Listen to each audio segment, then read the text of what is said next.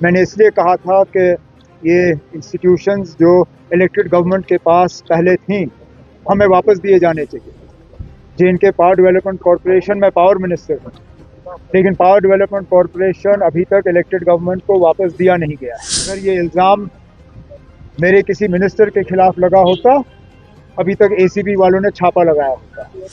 कोई भी मजहब आपको इस बात की इजाज़त नहीं देती कि आप इस तरह बेरहमी से किसी बेगुनाह का कत्ल करें। मैं तो उस बहादुर को भी सलाम करता हूँ जिसने अपनी जान की परवाह नहीं दी। मैं वो वीडियो देख रहा था, किस तरह वो उस पर झपट पड़ा और उसने बंदूक छीनने का काम किया। पता नहीं कितने लोगों की जान उसने बचाई। इंतजामिया को भी इस चीज़ का ख्याल रखना होगा कि इलेक्टेड रिप्रेजेंटेटिव आसमान से टपक के नहीं आता सर। लोग उसको जितवा के भेजते हैं और उनके साथ तरीके से पेश आना ये कोई मजबूरी नहीं है। ये हर अफसर की, यहाँ तक मैं चीफ मिनिस्टर हूँ, लेकिन मेरी जिम्मेदारी है कि मैं इलेक्टेड रिप्रेजेंटेटिव्स के साथ जो है तमीज से पेश आऊँ। अब इसमें नहीं होना चाहिए इंटरफेरेंस, और इस चीज़ को बड़ी संजीदगी से देखा जाना चाहिए। मैंने इसलिए कहा था कि ये इंस्टीट्यूशंस जो इलेक्टेड गवर्नमेंट के पास पहले थी हमें वापस दिए जाने चाहिए। जे.एंड.के पावर डेवलपमेंट कॉरपोरेशन में पावर मिनिस्टर हूँ, लेकिन पावर डेवलपमेंट कॉरपोरेशन अभी तक इलेक्टेड गवर्नमेंट को वापस दिया नहीं गया है।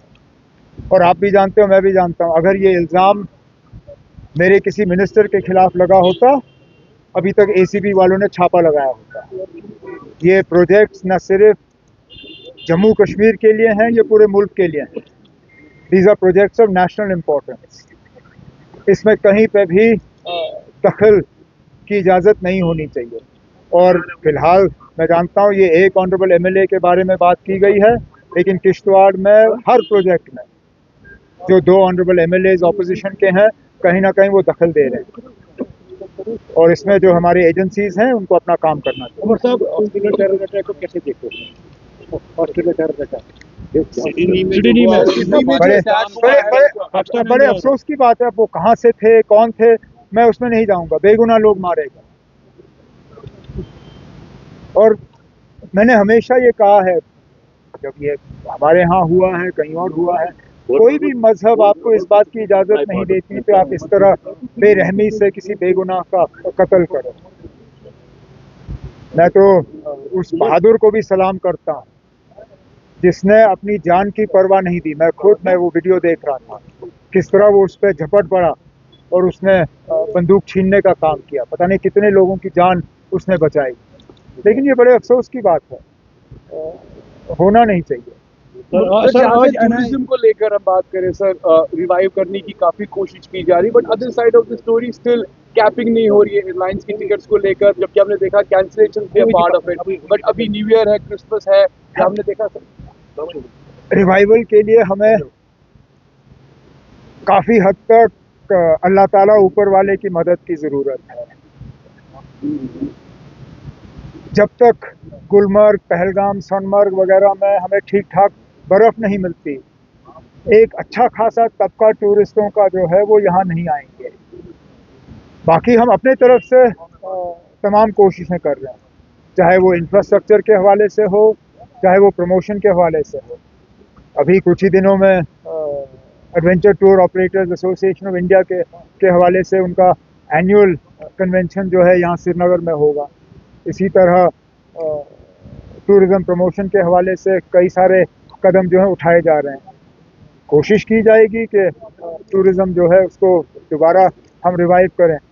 जहाँ तक आपने टिकट के कैपिंग की बात की, वो तो पूरे मुल्क में फेल हुआ। इंडिगो के ग्राउंडिंग के बाद गवर्नमेंट ऑफ इंडिया ने वाज़ेह हिदायत दी थी कि टिकटों की कीमत जो है वो कंट्रोल की जानी चाहिए। नहीं हुआ, एयरलाइन ने माने नहीं। अब चलिए, उसमें हम भी इसके शिकार हो जाते हैं, लेकिन इसका इलाज हमारे हाथ में है नहीं। चार्जशीट कर रहा है पेश, पहलगाम अटैक पे आज एनआईए चार्जशीट पेश कर रहा है सर, और उससे क्या कहना है? तहकीकात की है, चार्जशीट हो रहा है, फैसला अदालत में होगा। मैंने हमेशा ये कहा है ना कि फैसला आप अदालत पे छोड़िए, ये मेरा काम या किसी और का काम नहीं है। जब मुलाजमों को नौकरियों से निकाला जाता, मैंने हमेशा कहा इसको अदालत पे छोड़ दीजिए। कौन गुनहगार है कौन बेगुनाह है, इसके लिए कानून है, इसके लिए अदालत है, अदालत फैसला करेगी। एनआईए का काम था इन्वेस्टिगेट करना, इन्वेस्टिगेशन हो चुका, अब चार्जशीट पेश होगा, अब केस लड़ा जाएगा अदालत। उमर साहब, ये जो चाडोरा के एमएलए का मामला एसडीएम के साथ पेश आया है ब्रिक क्लेम को लेकर, how do you see this, और आप क्या कहेंगे, क्योंकि इस तरह के इलेक्टेड गवर्नमेंट है और इस तरह के मामला पेश आ रहे हैं? अब ये एक लोकल इशू है एमएलए साहब के साथ और लोकल इंतजामिया के साथ, जो भी इसका हम हल निकाल सकेंगे निकाल लेंगे, लेकिन इंतजामिया को भी इस चीज़ का ख्याल रखना होगा कि इलेक्टेड रिप्रेजेंटेटिव आसमान से टपक के नहीं आता सर। लोग उसको जितवा के भेजते हैं और उनके साथ तरीके से पेश आना ये कोई मजबूरी नहीं है, ये हर अफसर की, यहाँ तक मैं चीफ मिनिस्टर हूँ, लेकिन मेरी जिम्मेदारी है कि मैं इलेक्टेड रिप्रेजेंटेटिव्स के साथ जो है तमीज़ से पेश आऊँ।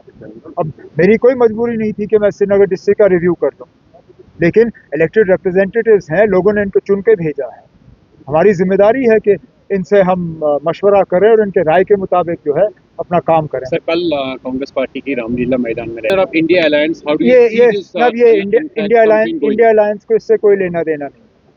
हर पॉलिटिकल पार्टी को खुली छूट है कि वो अपने हिसाब से अपने पॉलिटिकल एजेंडा को सेट करें। अब कांग्रेस ने एसआईआर या वोट चोरी को जो है अपना एक मेन पॉलिटिकल इशू बनाया है, ठीक है, हम कौन होते हैं उनसे कहने वाले कि वो ना करें, हम अपने इश्यूज चूज करेंगे, वो अपने चूज करें, ठीक है। आखिरी सवाल है, जो गवर्नमेंट ऑफ इंडिया ने डिनाई किया है कि जो न्यू इंडस्ट्रियल पॉलिसी 2021 है उसमें जो प्रपोजल दिया गया था कि उसको एक्सटेंड किया जाए, तो एक्सटेंड की बात नहीं थी, उसमें जो रकम रखा गया था वो रकम खत्म हुआ है। अब हम गवर्नमेंट ऑफ इंडिया खासकर मिनिस्ट्री ऑफ फाइनेंस से कोशिश कर रहे हैं कि इस रकम को बढ़ा दिया जाए। अभी तक हम उनको कन्विंस करने में कामयाब नहीं रहे, लेकिन कोशिश हमारी जारी है।